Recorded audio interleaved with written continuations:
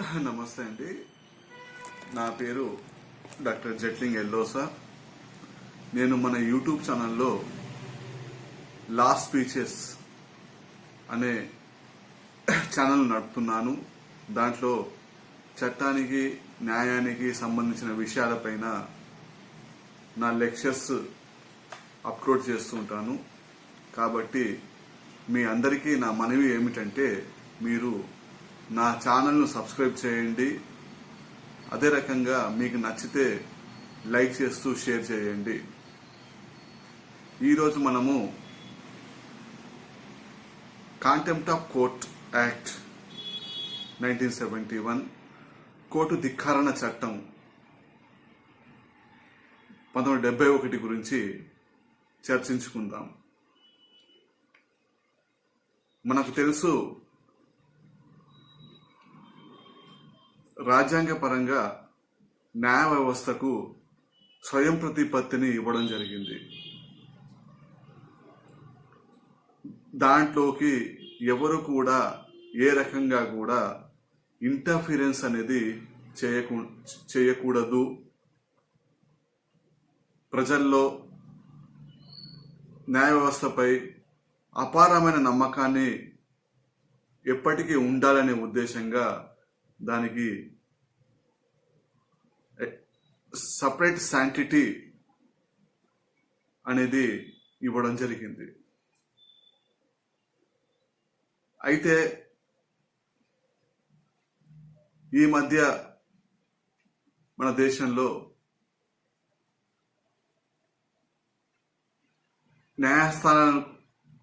న్యాయాధీశులపైన కూడా కొంతమంది వ్యక్తులు స్కాండలైజ్ చేద్దామనే ఉద్దేశంతో ఓ ప్రక్రియ అనేది మొదలు అయింది. అయితే ఈ మధ్య సుప్రీంకోర్టులో కూడా అసలు ఈ న్యాయ వ్యవస్థకు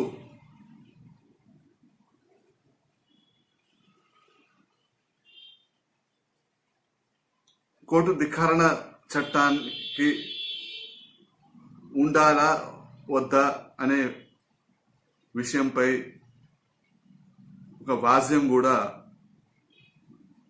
ఎన్ రామ్ హిందూ దినపత్రిక మాజీ సంపాదకులు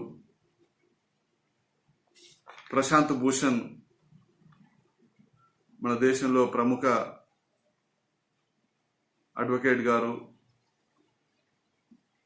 అదే రకంగా అరుణ్ శౌరి ప్రముఖ పత్రికా పాత్రికేయుడు కూడా ఒక పబ్లిక్ ఇంట్రెస్ట్ పిటిషన్ సుప్రీంకోర్టులో వేయడం జరిగింది.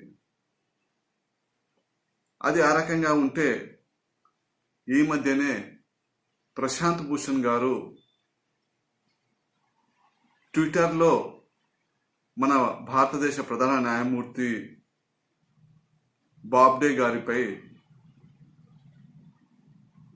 వారి ఫోటోలను, వారిపై కొన్ని కామెంట్స్ చేయడం జరిగింది. ఆ కామెంట్స్ను సుప్రీంకోర్టు స్వీకరించి దృష్టిలోకి వెళ్ళి అతనిపైన కాంటెంప్ట్ ఆఫ్ కోర్ట్ యాక్ట్ కింద కేసును విచారించడం జరిగింది. దానిపై అతను ఆ ట్విట్టర్ ద్వారా 2 పోస్టింగ్స్ చేశాడు. అది సరియైన పోస్టింగ్స్ కావు, అది వాక్ స్వాతంత్రానికి సంబంధించిన విషయాలు కావు, కేవలం సెన్సేషనల్ న్యూస్ స్కాండలైజ్ చేద్దామనే ఉద్దేశంగా చేశాడు అని రుజువు కాబడింది. అది ఆ రకంగా ఉంటే మన దేశంలో ఈ న్యాయ వ్యవస్థ స్వయం ప్రతిపత్తి కావచ్చు, అదే రకంగా దాని సార్వభౌమత్వాన్ని కూడా కావచ్చు గురించి మన దేశంలో 1971 సంవత్సరంలో కోర్టు ధిక్కరణ చట్టం అనే చట్టాన్ని చేయడం జరిగింది. దాన్ని ఇంగ్లీష్లో మనము contempt of court act of 1971 అని అంటాం. ఈ చట్టము 24 డిసెంబర్ 1971 నుండి అమల్లోకి వచ్చింది. అంతకంటే ముందు మనం చరిత్రను పరిశీలిస్తే అసలు ఈ కోర్టులపై ఎందుకు ఈ రకంగా స్పెషల్ చట్టాలు ఉండాలనే ఉద్దేశాన్ని మనం పరిశీలిస్తే మనము ఇంగ్లాండ్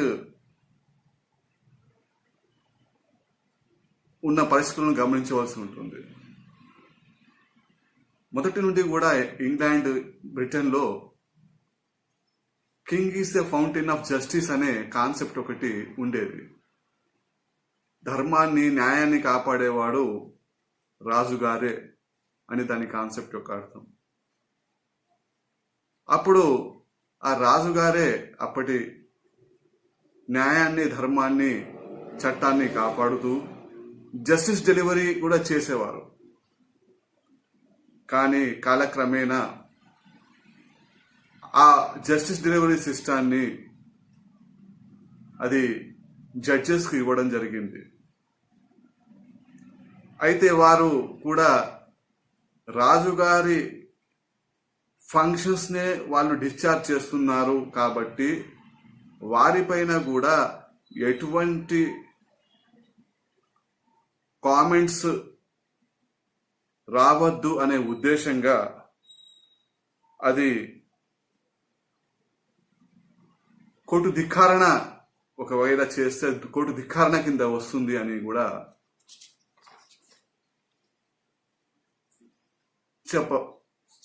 ధిక్కారణ కింద చూడడం జరిగింది.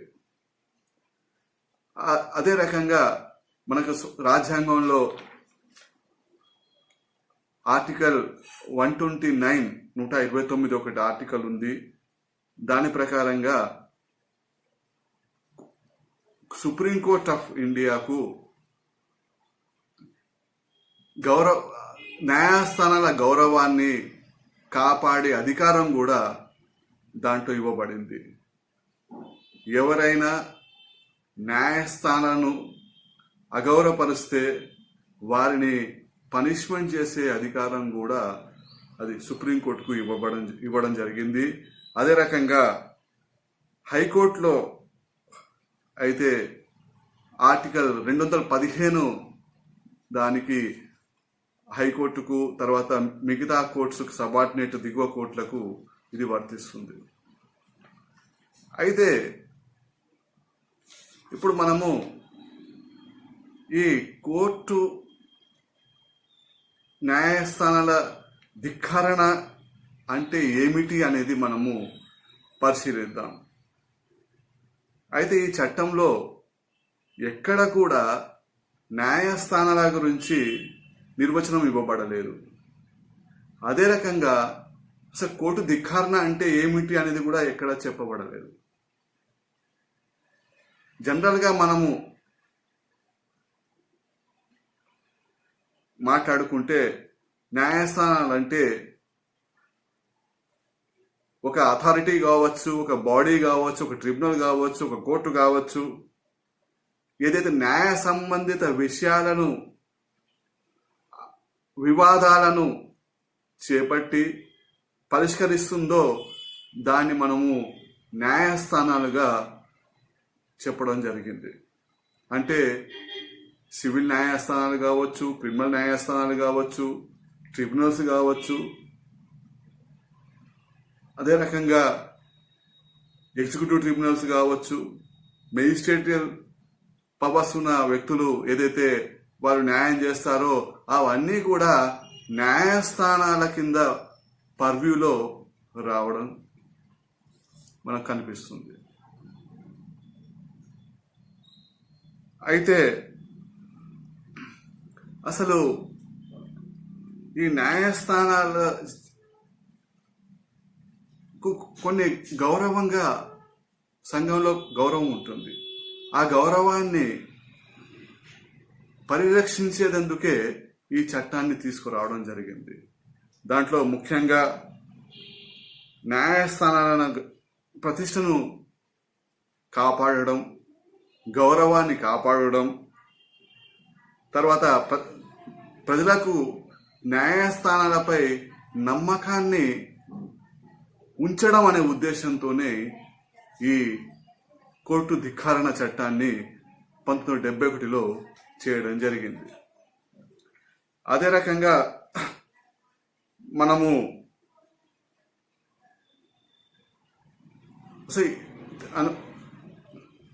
అదే రకంగా ఇప్పుడు మనకు ఎటువంటి ధిక్కారణలు ఉంటాయి అనేది మనం పరిశీలిస్తే మనకు ముఖ్యంగా 2 రకాల ధిక్కారణలు మనకు కనబడతాయి. ఒకటి సివిల్ ధిక్కారణ, 2 క్రిమినల్ ధిక్కారణ. అయితే సివిల్ ధిక్కారణ అంటే ఏమిటి అంటే, ఎవరైనా ఉద్దేశపూర్వకంగా న్యాయస్థానాలను అగౌరవపరచడం, తర్వాత వాటి ఆర్డర్లు కావచ్చు, జడ్జిమెంట్స్ కావచ్చు పాటించకపోవడం, అదే రకంగా న్యాయస్థానాల ప్రక్రియలో కాలు దూర్చడం, ప్రక్రియను ఆపడం లాంటివన్నీ కూడా ఇవి సివిల్ ధిక్కారణ కిందకి వస్తాయి. దీని గురించి కూడా సుప్రీంకోర్టు కొన్ని ల్యాండ్ మార్క్ డిసిషన్స్ కూడా ఇచ్చింది. అది ఏమిటంటే, Ashok paper Kamgar versus union of India and others, all India reporter 2004 supreme court page number 105లో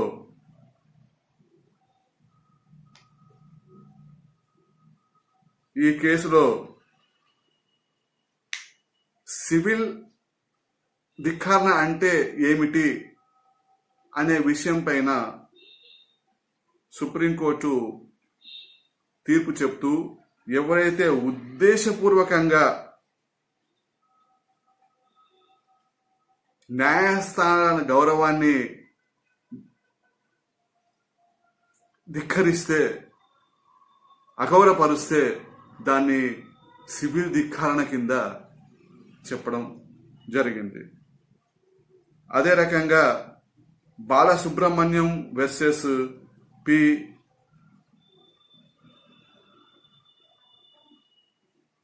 జనుకరంగ, ఈ కేసులో కూడా ఎవరైనా కూడా ఒక న్యాయస్థానానికి ఒక అండర్టేకింగ్ ఇస్తారు. ఆ అండర్టేకింగ్ను వారు పాటించిన సమయంలో వారు వైలేట్ చేస్తే అది సివిల్ ధిక్కారణ కింద వస్తుంది అని కూడా సుప్రీంకోర్టు తెలిపింది. అదే రకంగా bar association versus union of India another, ఈ కేసులో ముఖ్యంగా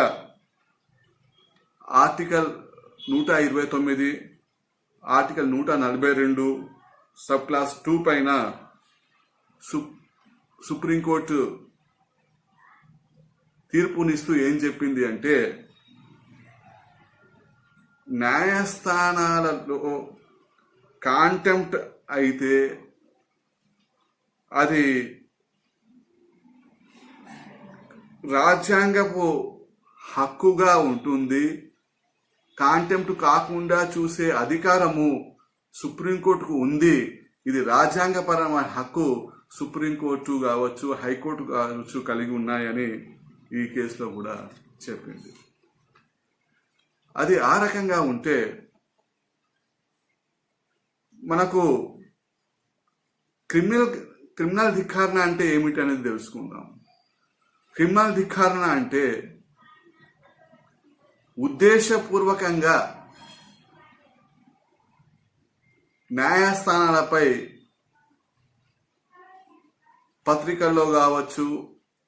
పాంప్లెంట్ ద్వారా కావచ్చు, ట్విట్టర్స్, ఫేస్బుక్, వాట్సాప్ లాంటి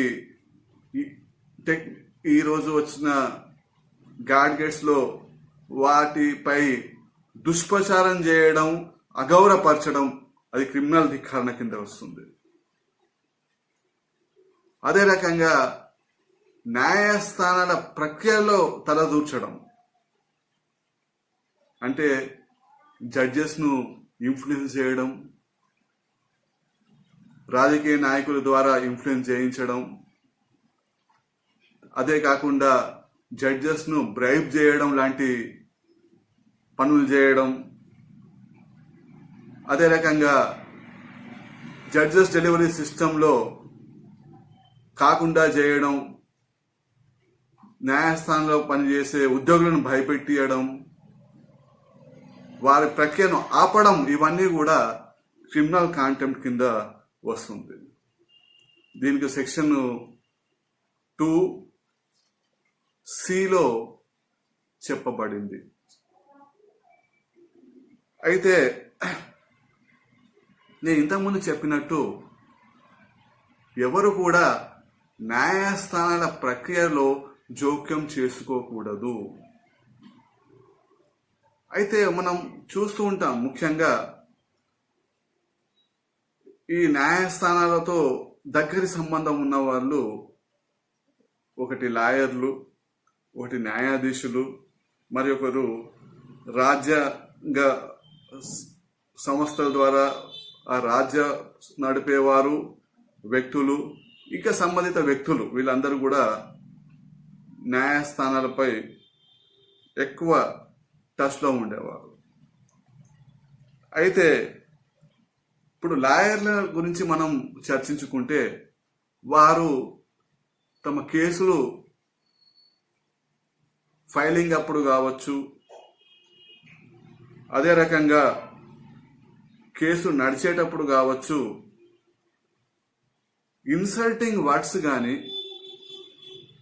లేనిపోని ఆరోపణలు కానీ, నిజాలను దాచిపెట్టడం కానీ, వ్యక్తిగతంగా దూషించడం కానీ న్యాయస్థానం పైన, న్యాయాధీశుల పైన, న్యాయస్థానాల వ్యవస్థలో పనిచేసే వ్యక్తులపైన చేసే అవకాశం ఉంటుంది. అప్పుడు అది ధిక్కరణ కిందనే వస్తుంది. అదే రకంగా కొన్ని సమయాల్లో న్యాయాధీశులు కూడా న్యాయ ప్రక్రియలో ధిక్కరణలు చేస్తుంటారు. మన సుప్రీంకోర్టు ఏదైతే లా డిక్లేర్ చేస్తుందో ఆ లా అది లా ఆఫ్ ది ల్యాండ్ అవుతుంది. రాజ్యాంగ పరంగా కూడా అది చెప్పబడింది. అంటే ప్రతి లోయర్ కోర్టు, హైకోర్ట్స్ కావచ్చు, ఇంకా జిల్లా కోర్టులు కావచ్చు, సబార్డినేట్స్ కోర్ట్స్ కావచ్చు, ఏ కోర్టు అయినా కూడా కంపల్సరీగా ఆ తీర్పును గౌరవించాలి. ఆ తీర్పును బట్టి ఇప్పుడు తమ దగ్గర ఉన్న కేసులను పరిష్కారం చేయాలి. ఒకవేళ చేయని పక్షంలో అది అప్పుడు న్యాయ ధిక్కరణ కిందనే వస్తుంది అని కూడా మనము, కోర్టు ధిక్కరణ కింద వస్తుందని కూడా మనం చెప్పుకోవచ్చు. అదే రకంగా రాజ్య వ్యవస్థలు నడిపేవారు, కార్పొరేట్ బాడీస్ నడిపేవారు, ఇంకా వ్యక్తులు, జనరల్ పబ్లిక్, వీళ్ళు కూడా న్యాయస్థానాలు చెప్పినట్టు తప్పనిసరిగా వినవలసి వస్తుంది. అందుకే మనం అప్పుడప్పుడు చూస్తుంటాం, మన హైకోర్ట్స్ కావచ్చు, సుప్రీంకోర్టు కావచ్చు, ఎప్పుడైతే వాళ్ళు ఏదైనా ఆర్డర్ కానీ జడ్జిమెంట్ కానీ ఇచ్చిన తర్వాత అది రాజ్యాన్ని నడిపే వ్యక్తులు మరి ఏ ఇతర వ్యక్తులు దాన్ని పాటించని పక్షంలో వారిపైన కాంటెంప్ట్ కేసెస్ అనేది నడపడం జరుగుతుంది. వారికి న్యాయస్థానాన్ని పిలిపించి వారిపైన విచారించే అధికారము కూడా న్యాయ వ్యవస్థకు, న్యాయస్థానాలకు ఉంది అని మనం చెప్పుకోవచ్చు. అయితే క్రిమినల్ ధిక్కరణ గురించి కూడా సుప్రీంకోర్టు ఒక ల్యాండ్ మార్క్ జడ్జిమెంట్స్ ఇవ్వడం జరిగింది. దాంట్లో ముఖ్యంగా మనము చర్చించేది Mohammad Aslam versus union of India and others. ఈ కేసు అయోధ్య వివాదానికి సంబంధించిన కేసు. అయితే ఇది బాబ్రీ మస్జిద్ కూల్చివేత తర్వాత అప్పటి చీఫ్ మినిస్టర్ అయినటువంటి కళ్యాణ్ సింగ్ గారు న్యాయస్థానానికి ఒక అండర్టేకింగ్ ఇస్తారు. కానీ ఆ అండర్టేకింగ్ ప్రకారంగా వారి గవర్నమెంట్ నడుచుకోలేదు ఆ వివాదం గురించి. దానిపైన ఆ కళ్యాణ్ సింగ్ పైన క్రిమినల్ కాంటెంప్ట్ కూడా వేయడం జరిగింది. అది ఒక ల్యాండ్ మార్క్ జడ్జిమెంట్గా మనము పేర్కొనవచ్చు. అయితే ఇంకో కేసు కూడా ఒకటి ఉంది. అది ఈఎంఎస్ నంబూద్రిపాద్ వర్సెస్ టి నంబియా. ఈ కేసులో ఈఎంఎస్ నంబూద్రిపాద్ గారు ఒకప్పటి కమ్యూనిస్టు లీడరు. వారు కేరళకు సంబంధించిన లీడరు. అంతేకాకుండా అక్కడ చీఫ్ మినిస్టర్గా కూడా ఎన్నో సంవత్సరాలుగా పదవిలో ఉన్నారు. వారు జనరల్గా ఒక మీటింగ్లో మాట్లాడుతూ ఏమన్నారంటే, న్యాయస్థానాలు కేవలం ధనవంతులకు మాత్రమే ఉన్నాయి, వారికే అవి ఉపయోగపడుతున్నాయి, కానీ బీదవారికి దానివల్ల ఎటువంటి ఉపయోగం లేదు, బీదవారికి సహాయం చేయట్లేదు అనే వర్డ్స్ వారు పబ్లిక్లో మాట్లాడడం జరిగింది. దానిపైన స్పందించిన కోర్టు అతనికి క్రిమినల్ కాంటెంప్ట్ మీరు చేశారు అని శిక్షను కూడా ఖరారు చేయడం జరిగింది. అయితే మనకు ఒక డౌట్ రావచ్చు, మనం సామాన్య ప్రజలం కూడా ఆ రకంగా మాట్లాడితే దాని కింద క్రిమినల్ కాంటెంప్ట్ కింద వస్తామా అంటే, జనరల్గా అయితే వస్తాము, చట్టపరంగా కూడా వస్తాము. కానీ ఇక్కడ చెప్పే వ్యక్తిని బట్టి కూడా, ఎందుకంటే ఒక పెద్ద లీడరు మాట్లాడితే దానికి ఉన్న విలువ, అతని ఫాలోవర్స్, ప్రజల్లో వెళ్ళే సిగ్నల్స్ను బట్టి వ్యవస్థ ఉంటుంది. దీంట్లో మనకు ఈ నంబూద్రిపాద్ కేసులో సుప్రీంకోర్టు క్లియర్గా చెప్పింది. కాబట్టి ఈ కోర్టు ధిక్కారణ చట్టము 1971 ఇది చాలా ముఖ్యమైన చట్టము. దీనివల్ల న్యాయస్థానాలపై ఒక భయము, భక్తి, గౌరవము అన్నీ ఉన్నాయని మనం చెప్పుకోవచ్చు. కానీ కొంతమంది ఈ చట్టాన్ని తీసేసి ప్రయత్నం కూడా చేస్తున్నారు. అయితే 2006 సంవత్సరంలో ఈ చట్టంలో కొన్ని మార్పులు కూడా చేయడం జరిగింది.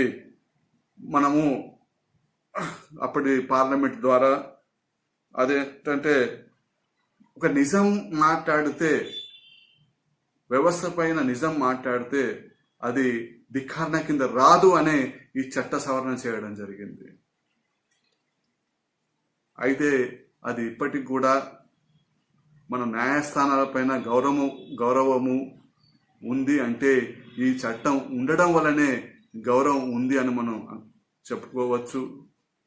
కానీ కొంతమంది మేధావులు ఈ చట్టంలో సంపూర్ణంగా దీన్ని అబోలిష్ చేయాలి, అదే రకంగా జ్యుడిషియల్ అకౌంటబిలిటీ యాక్ట్ను కూడా తీసుకురావాలి అనే ప్రయత్నాలు చేస్తున్నారు. అది కొంతవరకు సమంజసమే. అయితే పూర్తిగా మనం తీసేయడం కంటే ఈ ఉన్న చట్టంలో కొన్ని మార్పులు చేర్పులు చేస్తే బాగుంటుంది అని నేను అనుకుంటున్నాను. ధన్యవాదాలు.